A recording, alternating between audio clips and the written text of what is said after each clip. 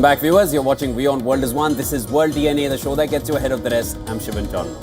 And I'm Diksha Bisla, and coming up on the show today, hours after the US State Department gave its official backing to UK's plan to cede sovereignty of the Chagos Island to Mauritius, Donald Trump lashed out saying UK Prime Minister Keir Starmer was making a big mistake by entering into a lease of the US-UK airbase. We'll get you all the details on the show today. Stay tuned. Also on World DNA, in a landmark trial over youth social media addiction, Meta CEO and billionaire Facebook founder Mark Zuckerberg was grilled at a US court in Los Angeles over Instagram's effect on the mental health of young users. And this as several countries now consider an Australia-style ban on social media for adolescents. We'll bring you the latest on that. Let's start with the headlines first. This is World DNA.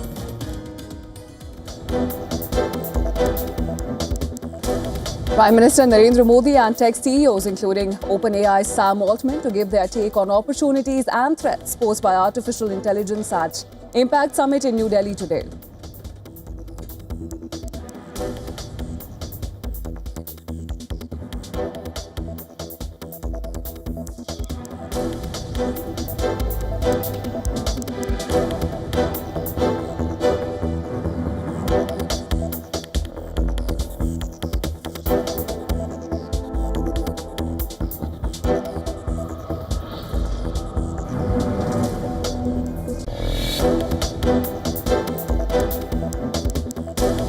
White House warns that Iran would be wise to reach a deal with the US as President Trump once again hints at possible military action amid massive troop build-up in the region.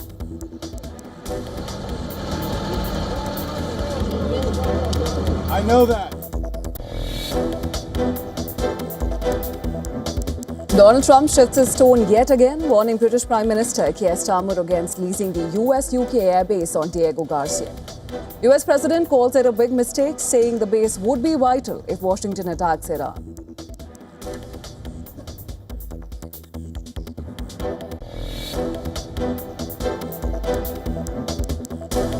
US Secretary of State Marco Rubio to visit Israel on the 28th of this month to meet Prime Minister Benjamin Netanyahu amid rising tensions over Iran. Netanyahu recently met President Trump in Washington to discuss the Iran situation.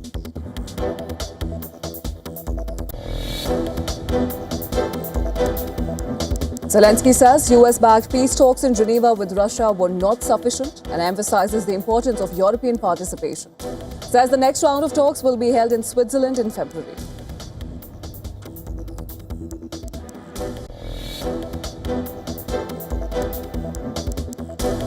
Russian president tells Cuba's foreign minister in Moscow that Russia will always stand by Havana, reiterating support for the Caribbean island amid sweeping US sanctions and deepening fuel crisis triggered by oil blockade.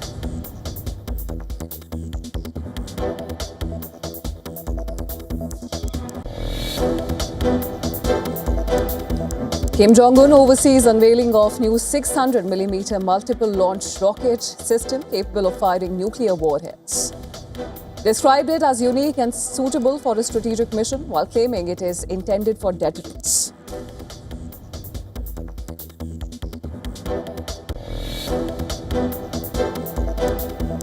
Bangladesh's new Prime Minister Tariq Rahman, in his first televised address, vows to strengthen rule of law, curb corruption and improve security. Aims to make the country safe for people of all faiths, parties and ethnicities.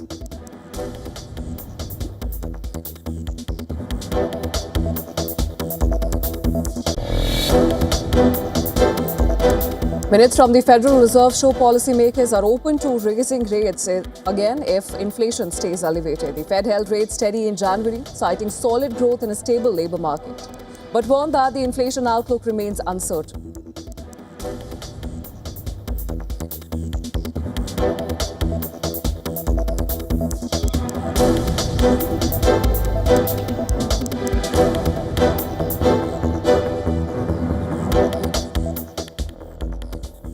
Well, there's been yet another shift of stance of the US president, who's again changed his tone, saying UK Prime Minister Keir Starmer was making a big mistake by entering into a lease of the US-UK airbase on Diego Garcia. Well, under a 2025 agreement, Britain will transfer sovereignty of the Chagos Island to Mauritius while retaining control of the base on Diego Garcia under a 99-year lease. Trump, who is considering strikes on Iran, lashed out hours after the US State Department gave its official backing to UK plan to cede sovereignty of the British Indian Ocean territory to Mauritius. In a post on social media, Trump said it may be necessary for the US to use Diego Garcia and an airfield located in Fairford in order to eradicate a potential attack by Iran if Tehran decides not to make a deal resolving their long-standing nuclear dispute. Well, the US president reiterated that the territory should remain under UK control, warning that losing it would be a blight on Britain, which he described as a great ally. In response to Trump, a spokesperson for Britain's Foreign Office said that the agreement reached is the only way to guarantee the long-term future of the vital military base. As Trump once again hinted at military action against Iran, the White House warned that it would be in the best interest of Tehran to enter into a deal. The two sides recently resumed indirect talks mediated by Oman. The president has always been very clear, though, with respect to Iran or any country around the world, diplomacy is always his first option, and Iran would be very wise to make a deal with President Trump and with this administration. UN nuclear watchdog chief Rafael Grossi said there was a step forward in the recent talks between Iran and the US in Geneva, but warned there wasn't much time. The US is building a major force of naval and air assets in West Asia, potentially setting the stage for a sustained military campaign against Iran. The USS Gerald R. Ford aircraft carrier strike group has departed the Caribbean and is now in the mid-Atlantic, heading towards West Asia. It will soon join the USS Abraham Lincoln. It is rare for there to be two US aircraft carriers which carry dozens of warplanes and are crewed by thousands of sailors. The United States has also sent a large fleet of aircraft to West Asia. And these include the F-22 Raptor stealth fighter jets, F-15 and F-16 warplanes, and the KC-135 aerial refueling aircraft that are needed to sustain their operations. In addition to the ships and warplanes being deployed in West Asia, the US has thousands of troops deployed on bases throughout the region. According to reports, top US national security advisors met in the White House Situation Room to discuss Iran, and they were told all US military forces deployed to the region should be in place by mid-March. In fact, a senior US official told Reuters that Iran is expected to submit a written proposal on how to resolve its standoff with the United States. The US official also said that Secretary of State Marco Rubio will meet Israeli Prime Minister Netanyahu in Israel to discuss Iran on the 28th of this month. And for more on the US-Iran developments, our correspondent Susan Tehrani has sent us this report from New York. Take a look. The United States and Iran may be on the brink of a major crisis. White House Press Secretary Caroline Leavitt says that the U.S. has many arguments for a strike against Iran as Tehran fails to accept Washington's red lines after talks in Geneva, while U.S. forces have rapidly reinforced the Middle East with jets as well as naval assets, a buildup that advisors warn could lead to a weeks-long military campaign against Iran. Axios is reporting now that President Trump had a high-level meeting with his top advisors about next steps, underscoring Washington is closer to a major war than ever before and more than many Americans even realize. Now, diplomatic efforts continue, but U.S. officials signal that without substantial Iranian concessions on its nuclear program and other things, military action remains on the table. So the question many are asking is whether or not we're pivoting towards one of the most significant U.S. foreign policy and military actions in decades, or will these talks eventually lead to anything or anywhere? Susan Tehrani reporting from New York for WION World is One. Over to the Russia-Ukraine front, Ukrainian President Zelensky has said he expects the new round of talks with Russia to take place in Switzerland before the end of this month. And the statement comes after the latest round of US-brokered Russia-Ukraine peace talks on Wednesday. Well, Zelensky described the outcomes of the trilateral negotiations in Geneva on the military track as substantive, but noted that political issues are still not sufficiently worked out. Listen to this. Ukraine is interested in achieving results. As of today, we cannot say that the result is sufficient. The military discussed certain issues seriously and substantively. Sensitive political matters, possible compromises, and the necessary meeting of leaders have not yet been sufficiently worked out. We expect the next meeting, and it would be right to hold it already in February. Можливі компроміси та необхідну зустріч лідерів ще не опрацьовані достатньо.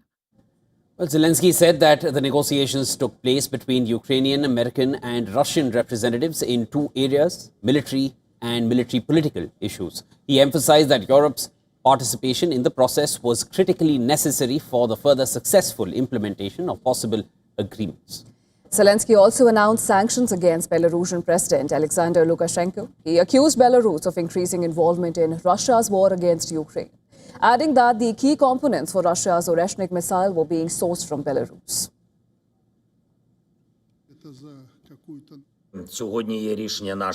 Unfortunately, Lukashenko also continues to play along with Putin in his dangerous geopolitical game involving the Oreshnik, which poses a threat to all of Europe. Belarus continues to be used as a supply base for components, equipment, and machinery for the Russian army. Meanwhile, new data from the Institute for the Study of War suggested that Ukraine recaptured a net total of 63 square kilometers from Russia between Wednesday and Sunday last week. The report said that Ukraine recaptured 91 square kilometers, including 86 in an area about 80 kilometers east of the city of Zaporizhia, where Russian troops have made significant advances since the summer of 2025. The report further claims that these advances came on the back of a shutdown of Starlink devices captured by Russia. Well, the animosity between Russia and Ukraine has also spilled over to sports. On Wednesday, Ukrainian officials announced that they will boycott the Paralympic Games after the International Paralympic Committee permitted Russian athletes to compete under their national flag. Ukraine's sports minister, Matvey Bidny, took to social media saying that their officials will not attend the Paralympic Games and will not attend the opening ceremony or Paralympic events. His thoughts were also echoed by Foreign Minister Andriy Sybiga, who called on other countries to shun the opening ceremony, while Kiev's foreign ministry termed this decision despicable. Fact of the International Olympic Committee picking a Russian person to carry the nameplate is despicable. It's beyond any human morale or any principles. It's difficult to describe, to be honest. And now shifting our focus to West Asia, a top Israeli minister has pledged to promote emigration from Palestinian areas.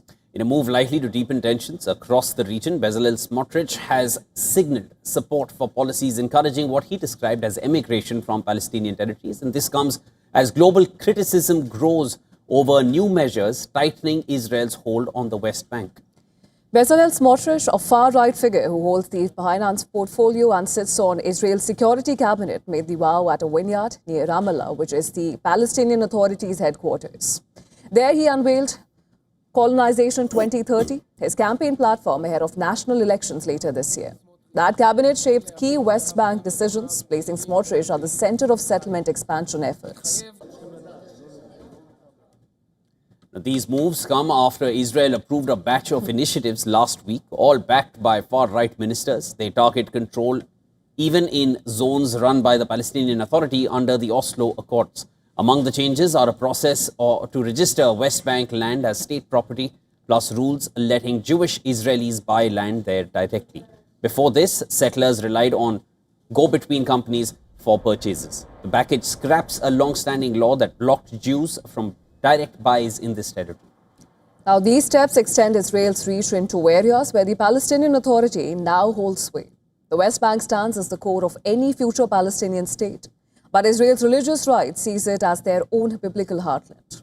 The Oslo Accords aim to build towards Palestinian independence, yet settlements keep growing. On Tuesday, UN missions from 85 countries slammed the measures as a step towards annexation of Palestinian land. In the US, President Donald Trump opposed full West Bank annexation in the past, but held back on these specific actions. Over 500,000 Israelis live in the West Bank settlements and outposts deemed illegal under international law.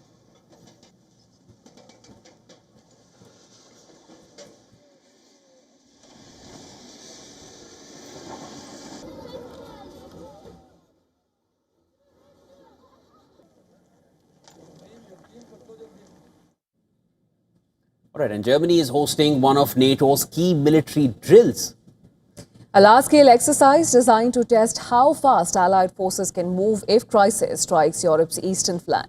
Steadfast R26 exercise brings together 10,000 soldiers from 11 NATO nations. It is currently underway at the German military training facility in Putlos. The drill is focused on testing the operational deployment of NATO's reaction force, a rapid response unit meant to move quickly in times of emergency. The timing of the exercise is significant. Security concerns have been rising across the Baltic Sea region. German Defense Minister Boris Pistorius said the drill sends a strong message of NATO unity and readiness. He emphasized that if a crisis emerges on NATO's eastern border, troops must be able to move rapidly. He also added that Germany will serve as a critical logistical hub.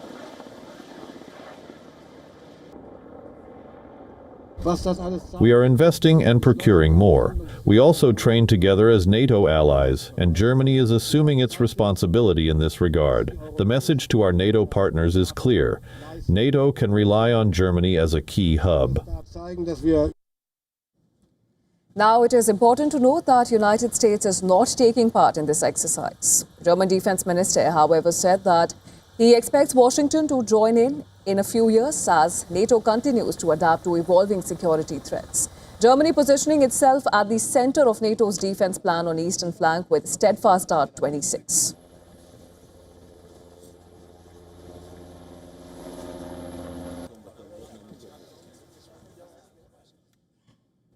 And Guatemala is moving its armed troops and police onto the streets of its capital.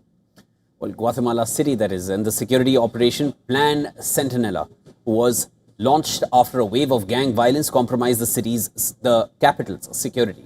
As authorities launched the operation, armored vehicles patrolled in northern districts of Guatemala City. The deployment was ordered by President Bernardo Arevalo after a string of gang attacks which killed 11 police officers and triggered a month-long state of emergency.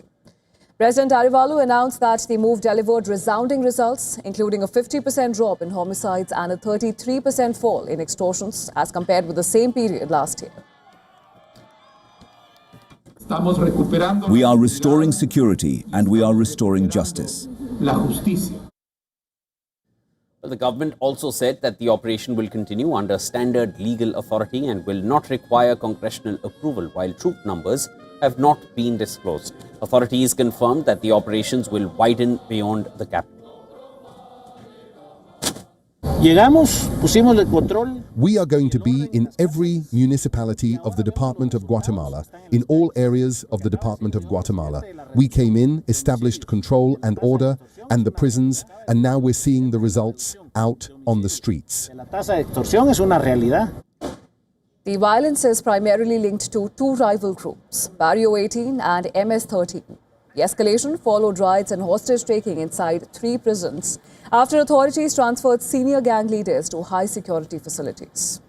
The government reports that 83 suspected gang members from the groups were arrested during the emergency period. According to Human Rights Watch, Guatemala's homicide rate remains high. It stands at 16.1 per 100,000 people, which is more than twice the global average.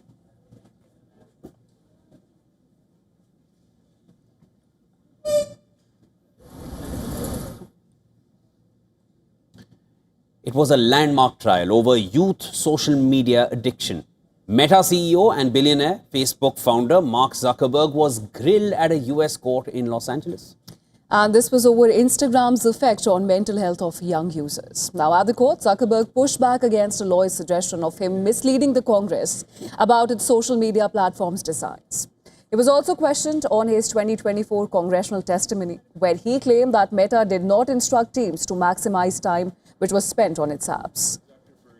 Now, while on the subject, Zuckerberg also admitted he regrets the slow progress his company made in identifying underage Instagram users, particularly those less than 13 years old. Countering his claims, a woman, also a mother of someone impacted by the policy, alleged Zuckerberg knew perfectly well the harm that the company's apps can inflict on children and used it to drive profits. He's not able to answer those questions now either. And so he's fumbling over them. And we just see that as a sign of, he knew perfectly well what was going on. The intention of the company was to prey on teens, use teens' usage, exploit them so they can make greater profits. And that was done intentionally, not by accident. Mark Lanier, a lawyer representing a woman who accused Meta of harming her mental health when she was a child, showed jurors emails from 2014 and 2015 showing the Meta CEO pushing to boost app screen time by double-digit percentage points. Zuckerberg acknowledged Meta once tracked time on app targets but has since dropped that strategy. If Meta loses the case, it could be ordered to pay damages, and the verdict could erode big tech's long-standing legal defense against claims of user harm.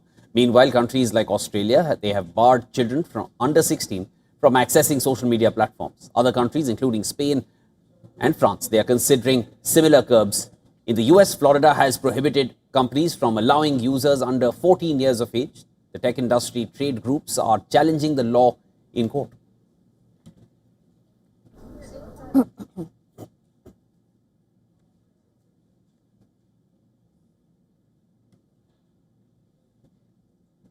In other news, 8 of the 9 skiers missing in California after an avalanche have been found dead. Nevada County Sheriff said the search for the one still missing continues amid ongoing challenges with weather. Due to the ongoing challenges of the weather, the avalanche conditions, the effort remains ongoing, as well as our search for the remaining skier. But the weather is a factor. It's not a resource issue as we speak. It is a weather condition and safety condition for our response teams. 15 skiers were reported missing after a football field-sized avalanche came barreling down in the Castle Peak. Over 40 first responders launched the search, including highly skilled rescue ski teams. Now, they used a snowcat to get within 3.2 kilometers of the survivors, then skied in carefully so they didn't set off another avalanche. But after quickly finding the 6 known survivors, the teams came up empty-handed. Heavy snow and winds persist in the mountains, making the mission, which has now moved from rescue to recovery, difficult. Extreme weather conditions, I would say, is an understatement. Lots of snow, gale force winds, making it impossible to see. So it was very much a slow and steady pace, going with snowcats, skiers, going up into the area, which is still considered a very high danger for avalanche. Sweden's Deputy Prime Minister Ebba Busch spoke to WION at the India AI Impact Summit. And she asserted that in an era of global uncertainty, Sweden has chosen India for a strong partnership across artificial intelligence, innovation, trade and geopolitics. Listen in. How do you see India-Sweden relationship?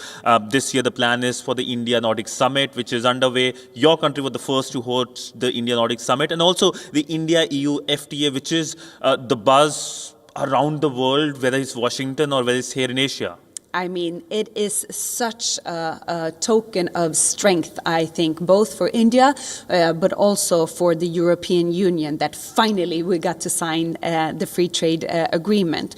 From a Swedish perspective, it is, I mean, we're a trade-oriented country, but for us, this is a treaty on much more than just trade. This is a matter of building value chains with countries with whom we share the same values, building value and economic value for our citizens that will last for generations to come. So I think it's important to see the FTA from that perspective as well. India, fast-growing economy, 4th largest in the world, and the European Union, the 2nd largest, but that needs to increase our competitiveness. We've been crushed between a full-blown industry war between China and our American friends for a long time. So it's not a coincidence that we are choosing India now for deepening partnerships, but also that we finally got this trade agreement off the table. Mm-hmm. And with that, it's time for us to slip into a very short break on World DNA. There is more coming up on the other side. Stay with us. Bangladesh's new Prime Minister Tariq Rahman addressed the nation for the first time on Wednesday. Rahman vowed to strengthen the rule of law in Bangladesh and said his government will turn the country into a safe land for people of all faiths. This and more lined up. Stay with us.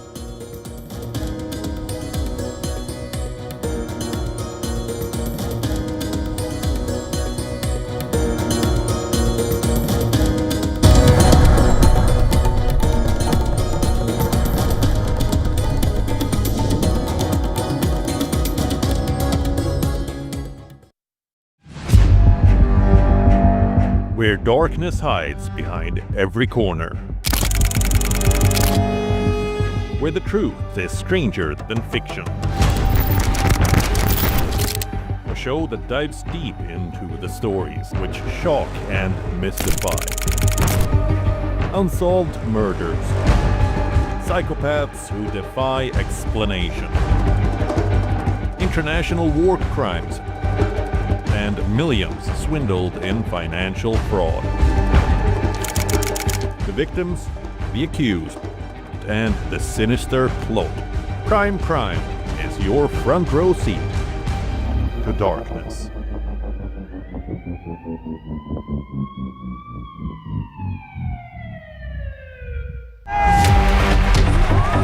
Campaigns, elections, alliances, controversies, and power play.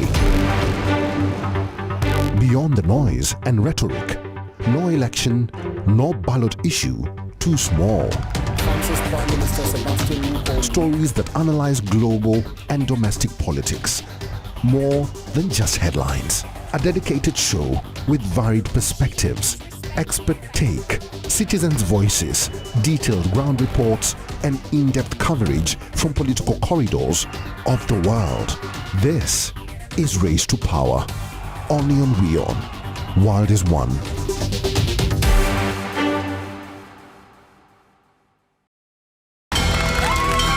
From the bustling trading floors of Wall Street to the vibrant exchanges of Asian stock markets, WION breaks it down for you to make sense of what's happening. As we reveal the key factors behind events, strategic battles, and the game-changing business decisions that shape the world. We bring you all of this and more on World Business Watch. In-depth coverage of global issues broken down into facts, figures, and simple words. Backed with analysis from field experts who truly matter, because we believe in decoding the real picture for you. So you get a much wider and deeper understanding of stories from around the world, a 360-degree analysis. An award-winning documentary series, week after week creating the maximum impact. Watch WION Wide Angle at these times on WION. World is One.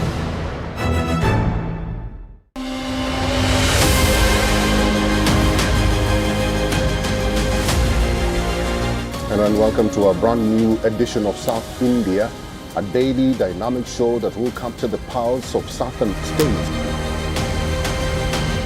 By blending the special stories, the breaking alerts, and the culture developments as well.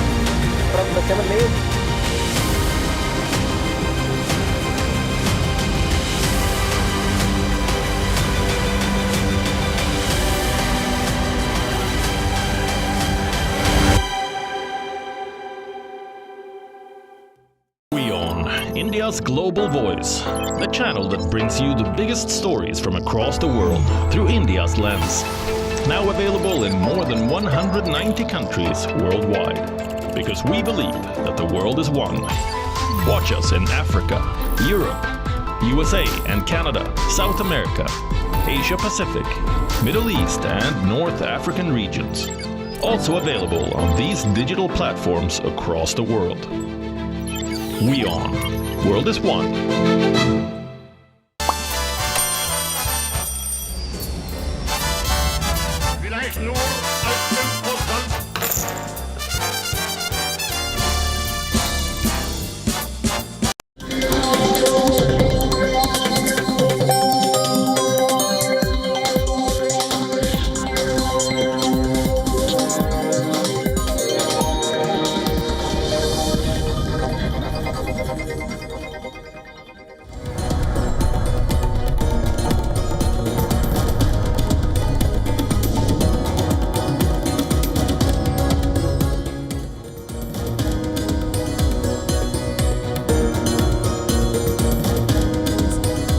Welcome back. You're watching World DNA with Deeksha. I'm Shivan. Lots more to discuss. Let's start with the headlines. US lawmaker Brad Sherman criticizes President Trump for targeting India with tariffs, calling them unfair since India gets just 21% of its oil from Russia, while other countries importing more face no tariffs.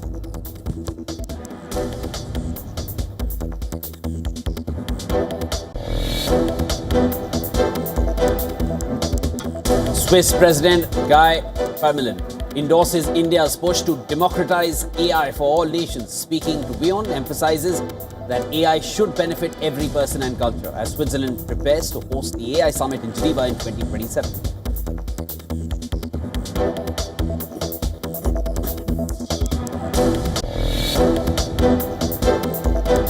White House warns that Iran would be wise to reach a deal with the US as President Trump once again hints at possible military action amid massive troop build-up in the region.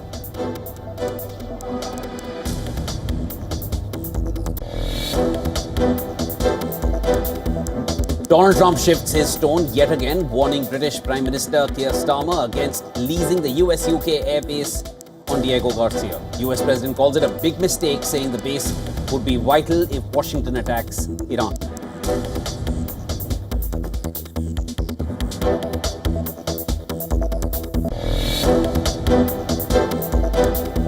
Zelensky says US-backed peace talks in Geneva with Russia were not sufficient and emphasizes the importance of European participation. Says the next round of talks will be held in Switzerland in February.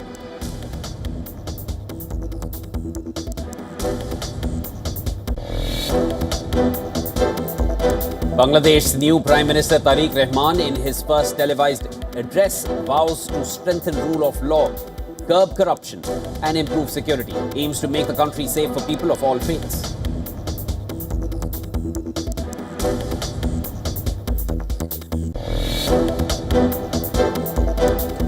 Kim Jong-un oversees the unveiling of new 600mm multiple launch rocket system which is capable of firing nuclear warheads. Describe it as unique and suitable for a strategic mission, while claiming it is intended for deterrence.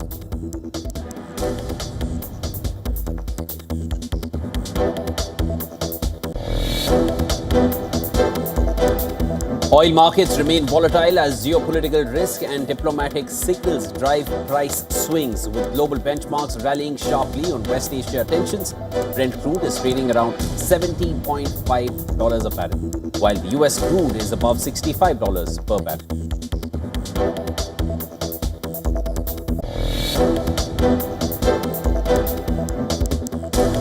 World number 1 Carlos Alcaraz beat Valentin Royer to reach Qatar Open quarter-finals. World number 2 Yannick Sinner also books a place in last stage. Game, set, and match. 6-3, 7-5.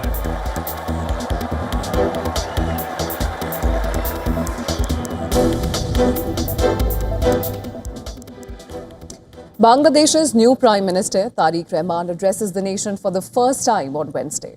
Rahman vowed to strengthen the rule of law in Bangladesh and said that his government will turn the country into a safe land for people of all faiths. In a televised address, 60-year-old Rahman outlined his government's priorities and said that improving the law and order situation and strictly controlling corruption to restore peace and security, these are his top priorities. Rahman asserted that everyone has equal rights over his government. His remarks about a pluralistic society assume significance as the Hindu and Christian population in Bangladesh has been affected significantly by a series of attacks after the ouster of Sheikh Hasina. Rahman further assured that every constitutional and government and private institution in the country will run according to statutory policies and rules and not by political influence, prestige or force. He said that his government has started its journey amid a fragile economy which is battered by corruption and misrule during the period of fascism, weak governance structures and a deteriorating law and order situation. Bangladesh swore in its new Prime Minister Tariq Rahman on Tuesday, marking the Bangladesh Nationalist Party's sweeping return to power after a landslide election victory. The swearing-in ceremony was boycotted by the opposition Jamaat-e-Islami alliance.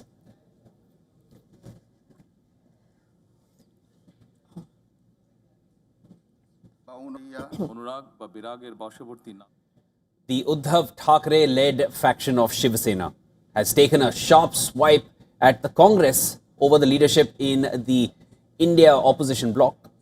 In editorial in its mouthpiece, Samna, the party warned that the question of who should lead the alliance cannot be ignored, especially as key state elections approach. Now, the editorial urged all partners to stop waiting until elections are announced and instead hold sincere discussions to decide the leadership consciously. It flagged internal strains, pointing out that states like West Bengal and Kerala have rival parties to Congress, while in Maharashtra, Congress contesting local polls alone benefited the BJP. The editorial made it clear that the decision must be taken on whether Mamata Banerjee, MK Stalin or someone else should in fact lead the bloc going forward. The leadership question takes on immediate significance in West Bengal, where the Congress and Trinamool Congress have moved from a strained partnership to an all-out electoral rivalry. With the upcoming 2026 assembly elections, both parties have rejected a seat-sharing arrangement. Rahul Gandhi and Mallikarjun Kharge have said the party will contest all 294 seats independently. Mamata Banerjee and Abhishek Banerjee have also confirmed that TMC will fight alone, arguing that any partnership would weaken their own position. Well, the idea of Mamata Banerjee as the leader of the India bloc has found support from several quarters. Sanjay Baru, former media advisor to late Prime Minister Dr. Manmohan Singh, suggested that Mamata would be a strategic choice, observing that repeating the Sonia Gandhi, Manmohan Singh model with Rahul Gandhi and Mallikarjun Kharge has not helped. Even RJD Supremo Lalu Prasad Yadav, an ally in the India bloc, had earlier batted for Mamata Banerjee to be the face of the national opposition, endorsing her pan-India acceptability and electoral weight.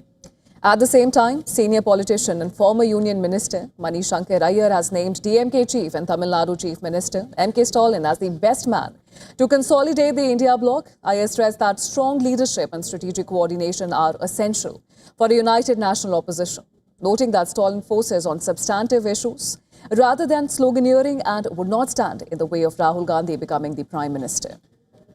With crucial state elections around the corner, the India bloc now faces pressure to take decisive and collective steps on leadership as alliance partners continue to question Rahul Gandhi's leadership.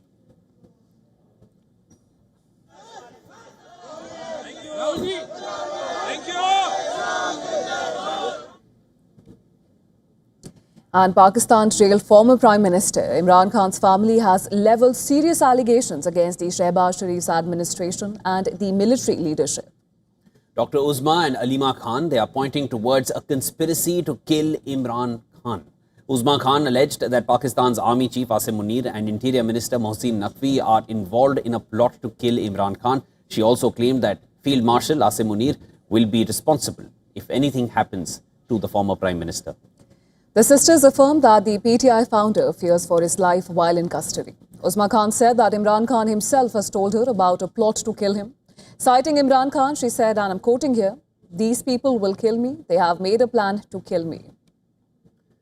Imran Khan's other sister, Alima Khan, also raised concerns about her brother's health. She rejected the medical reports prepared by government-appointed doctors. Alima Khan said Imran Khan's eye condition is deteriorating and authorities are denying access to his trusted medical team. Both sisters also accused Pakistan's Interior Minister Mohsin Naqvi of threatening Imran Khan's family for raising their voice. Now, Imran Khan has been in jail since August 2023 and he is currently serving a 14-year sentence on corruption charges. It's among dozens of cases that he claims were engineered by the Pakistani army to end his political career. However, Pakistan's military denies these claims.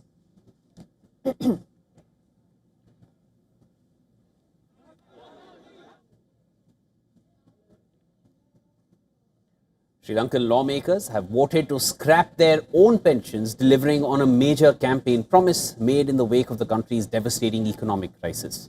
On Tuesday, lawmakers passed the bill by 154 votes in the 225-member House, with only 2 against it. The remaining legislators were not present during the vote.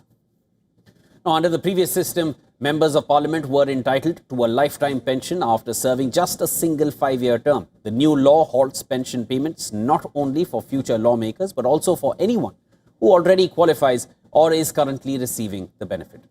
The move comes as the island nation continues to recover from bankruptcy, mass protests and years of public anger over political privilege. During his presidential campaign in 2024, Anura Kumara Dissanayake had pledged to eliminate parliamentary pensions, arguing that politicians should not enjoy special privileges while the country struggles economically. In September last year, his government abolished benefits previously granted to former presidents, including state-funded housing, transport allowances and pensions. Government offices and staff assigned to former presidents and their widows were also eliminated. Burdened with more than $83 billion in debt, the country declared bankruptcy in April 2022. This resulted in severe shortages of food, fuel, medicine and electricity, triggering protests and forcing the then president, Gotabaya Rajapaksa, to resign. In 2023, the country secured a $2.9 billion bailout from the International Monetary Fund, IMF, agreeing to restructure its debt as part of the recovery plan.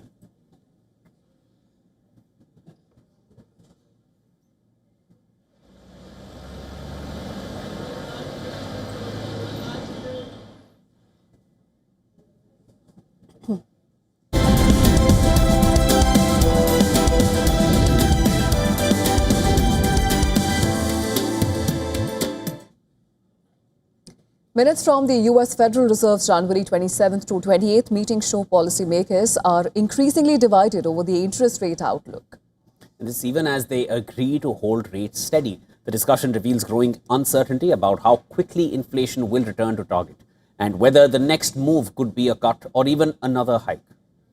At its January meeting, the Federal Reserve left its benchmark rate unchanged, continuing a pause after last year's easing cycle.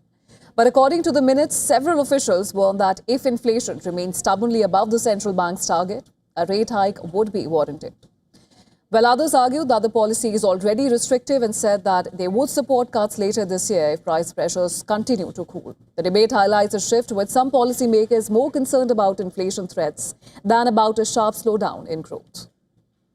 Officials described recent inflation data as uneven, noting that while some price measures have moderated, progress towards the Fed's 2% target has been slower than expected. At the same time, policymakers acknowledged risks to growth if financial conditions tighten too much.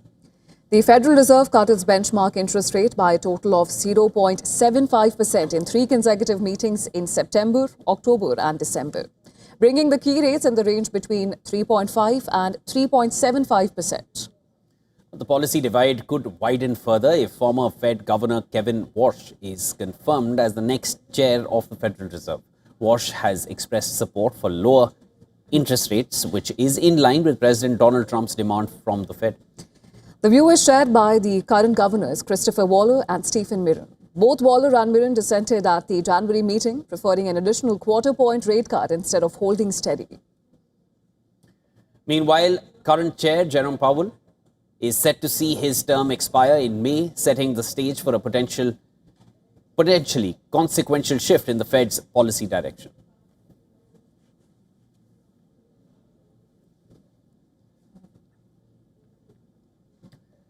China's consumption demand may be slowing, but there's one generation that is bucking that trend. Gen Alpha is emerging as a major spending force as parents and grandparents concentrate their resources to fund this young cohort. Take a look at this next report for more details. China's post-pandemic consumption slump may have found an unlikely stabilizer, Generation Alpha. Born between 2010 and 2024, this generation is reshaping how families spend in China. Even as the broader economy slows and e-commerce pressures physical retail, malls across major Chinese cities are seeing a revival driven by children and their parents. The economics are significant. Kid-related consumption in China now exceeds $800 billion annually. In some estimates, spending on children accounts for up to half of total household expenditure. Bloomberg reports that about 2/5 of parents say they have increased the share of family budgets devoted to their children.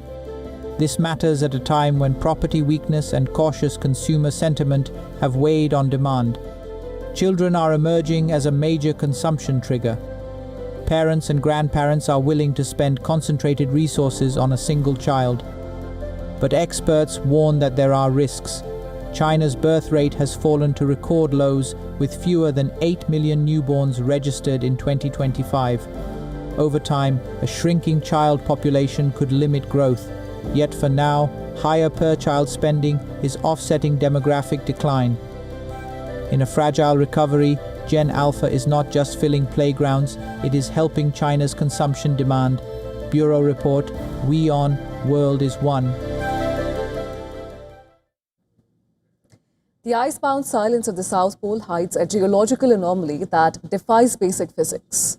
Deep beneath the Antarctic plate, a massive gravitational deficit is warping the very shape of this planet. And this is the story of a void that is pulling the ocean floor into a ghost-like depression. More in this next report. Take a look.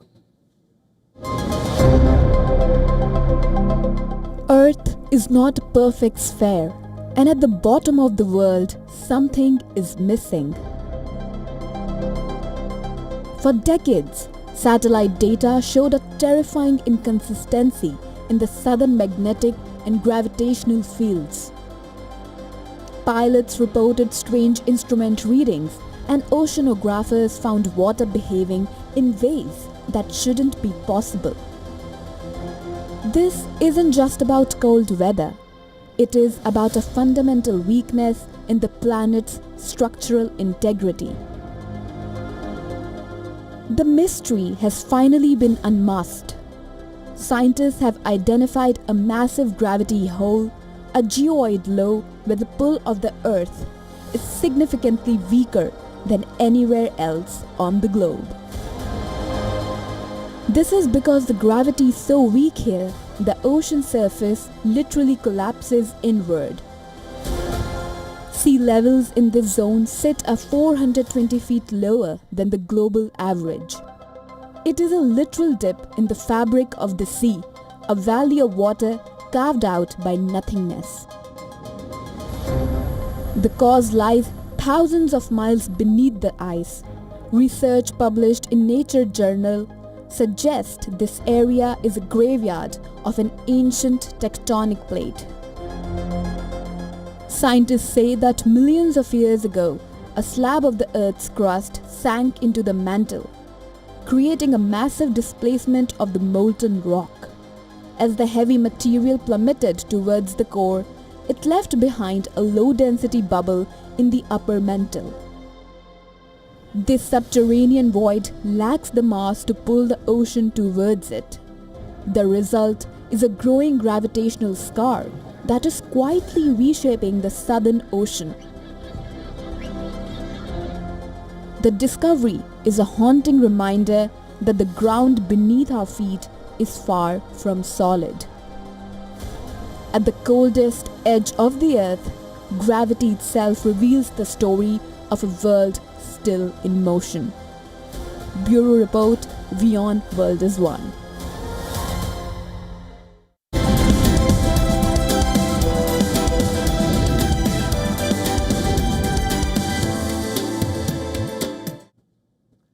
Well, in Indian cricket, Jammu and Kashmir have reached the final of the Ranji Trophy for the very first time.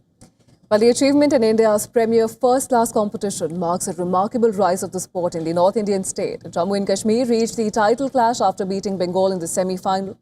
Jammu and Kashmir sealed a 6th victory in West Bengal's Kalyani, and that triggered wild celebrations in the camp.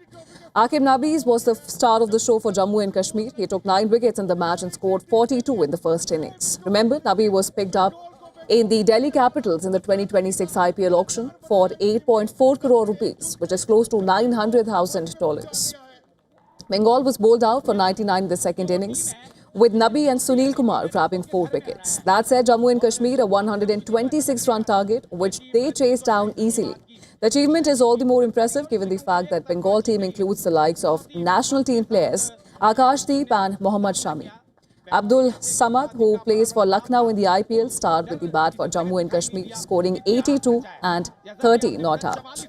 The achievement comes 67 years after their maiden Ranji appearance. Their first win came in 1982-83 after over 20 years of competing in the Ranji Trophy when they beat Services.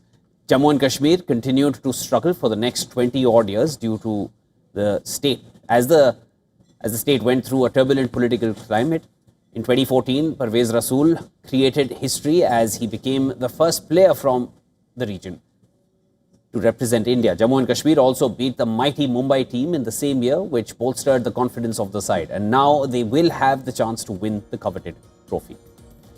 Just 2 players from the Jammu and Kashmir have represented India. Rasool earned 1 ODI cap and 1 T20I cap for India. The other player on the list is pacer Imran Malik. He made his international debut in 2022 and has played 10 ODIs and 8 T20Is. However, he has not been in the side since 2023. Malik will feature in the season's IPL for the Kolkata Knight Riders.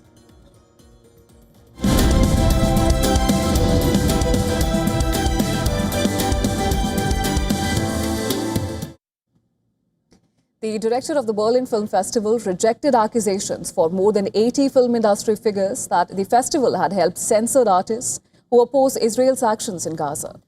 Earlier in an open letter, Oscar-winning actors Javier Bardem, Tilda Swinton, they were among dozens who criticized Berlinale's silence on the issue and said they were dismayed at its involvement in censoring artists who oppose Israel's ongoing genocide against Palestinians in Gaza, quote-unquote. Meanwhile, in another interview, Berlinale's director Tricia Tuttle said the festival backs, again I quote here, free speech within the bounds of German law. She said she recognized that the letter came from the depth of anger and frustration about the suffering of people in Gaza. However, she rejected accusations of censorship, saying that the letter contained misinformation and inaccurate claims about the Berlinale, made without evidence or made anonymously.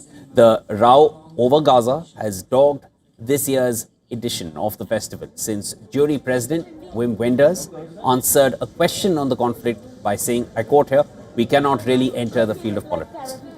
Well, the comments prompted novelist Arundhati Roy, who has been due to present a restored film which featured Indian superstar Shah Rukh Khan before his heydays in the Hindi film industry. Tuttle said that the film represents lots of people who have different views, including lots of people who live in Germany who want a more complex understanding of Israel's personality than maybe the rest of the world has right now. German politicians have been largely supportive of Israel as Germany seeks to atone for the legacy of the Holocaust. Commenting on the row to the Welt TV channel, German culture minister Weimer defended Wenders and Tuttle from criticism, saying they were running the festival in a very balanced way, very sensitively. Gaza has frequently been a topic of controversy at the Berlinale in recent years. In 2024, the festival's documentary award went to No Other Land, which follows the dispossession of Palestinian communities in West Bank. German government officials criticized one-sided remarks about Gaza by the directors of that film and others at that year's awards ceremony.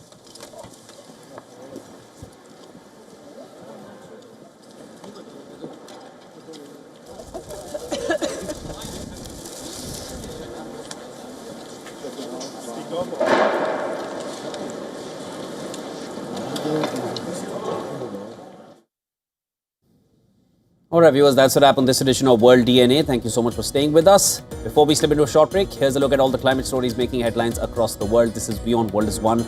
Come back.